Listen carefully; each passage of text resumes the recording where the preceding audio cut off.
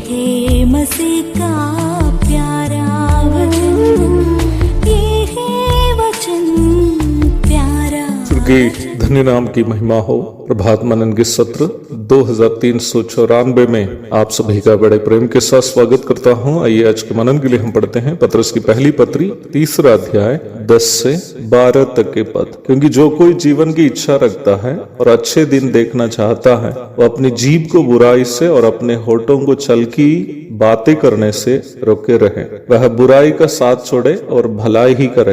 वो मेल मिलाप को ढूंढे और उसके यत्न में रहे, क्योंकि प्रभु की आंखें धर्मियों पर लगी रहती हैं और उसके कान उनकी विनती और लगे रहते हैं, परंतु प्रभु बुराई करने वालों के विमुख रहता है। हमारे कल के मनन में हम ये देख रहे थे कि बिना कारण से नियमित रूप में सताए जाने वाले रोम के विश्वासियों से वरिष्ठ प्रेरित पतरस कहता है कि यहाँ तक उन्हें सताने वालों के प्रति भी मसीही विश्वासियों को नम्रता के साथ कृपामय तथा भाईचारे की प्रीति के साथ व्यवहार करना है, यह सोचकर कि वे अपने बुरे कामों के लिए परमेश्वर से दंड प्राप्त करने वाले हैं। ये हो सकता है कि हमारे दया भरे व्यवहार उन्हें अपने बुरे कामों को करने से रोक दे। पद 10 से 12 तक के भाग जो हम प्रारंभ में पढ़े हैं, वचन संहिता 34 की 12 से 15 तक के उद्धरण है। पतरस यह पूर्णतया अपनी बातों को वचनानुसार है करके साबित करने हेतु पुराना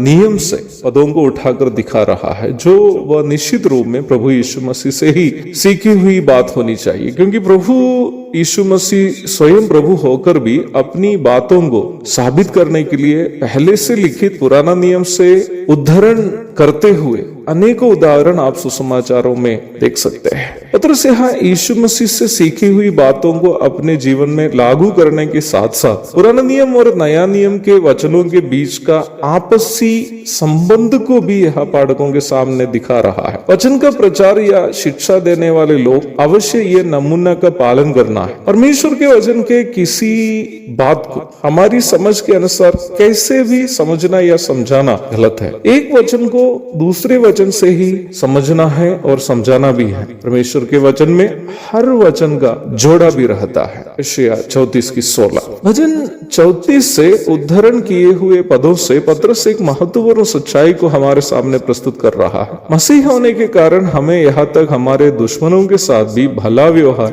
करना जरूरी है, जो हम देख चुके हैं। परमेश्वर की इच्छा भी यह है कि हम अपने जीभ को बुराई से और होठों को छल से दूर रखें, बुराई को छोड़कर भलाई करें और मेल मिलाप में रहें। पर 12वीं पद के अंतिम भाग में हम इस प्रकार पढ़ते हैं, प्रभु बुराई करने वालों के विमुख रहता है। निम्न भाग को हम अंग्रेजी में इस प्रकार पढ़ते हैं, but the face of the Lord is against those who do evil. परमेश्वर का मुख अथवा चेहरा बुराई करने वालों के विरोध में है। कहने का तात्पर्य यह है कि भलाई करना और बुराई से दूर रहना हमारा दायित्व है। पर यदि हम यहाँ तक मसीह विश्वासी भी बुराई करें तो परमेश्वर हमारे विरोधी हो जाएंगे। परमेश्वर के वचन में मुझे बहुत डराने वाली एक पद है, गलाती 6 की 7। वहां हम इस प्रकार पढ़ते हैं, धोखा ना खाओ, धोखा ना खाओ।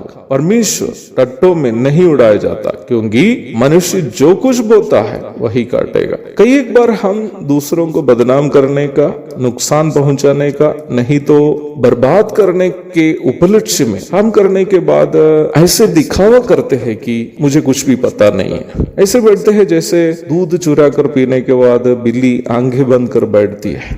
हम सोचते हैं कि किसी ने नहीं देखा इसलिए मुझे कुछ भी होने वाला नहीं है। लेकिन वचन हमें चेताता है कि यदि हम अपने दुश्मनों के विरोध में भी क्यों ना हो बुराई करेंगे तो हमें अवश्य वो बुराई वापस मिलेगी जो हमने अगले के विरोध में की है। इसलिए बुराई करने से बचे रहना ना केवल परमेश्वर के साथ संबंध में बने रहने के लिए हमारी जरूरत है, बल्कि निम्न बुराई हमारे ऊपर वापस नहीं आने के लिए भी हमें उसे करने से बचे रहना हमारी अनिवार्यता है। एक और शुभ दिन की धन्य कामनाओं के साथ आज का मनन में समाप्त करता हूँ। प्रभु आप सबको आशीष दे। आमीन।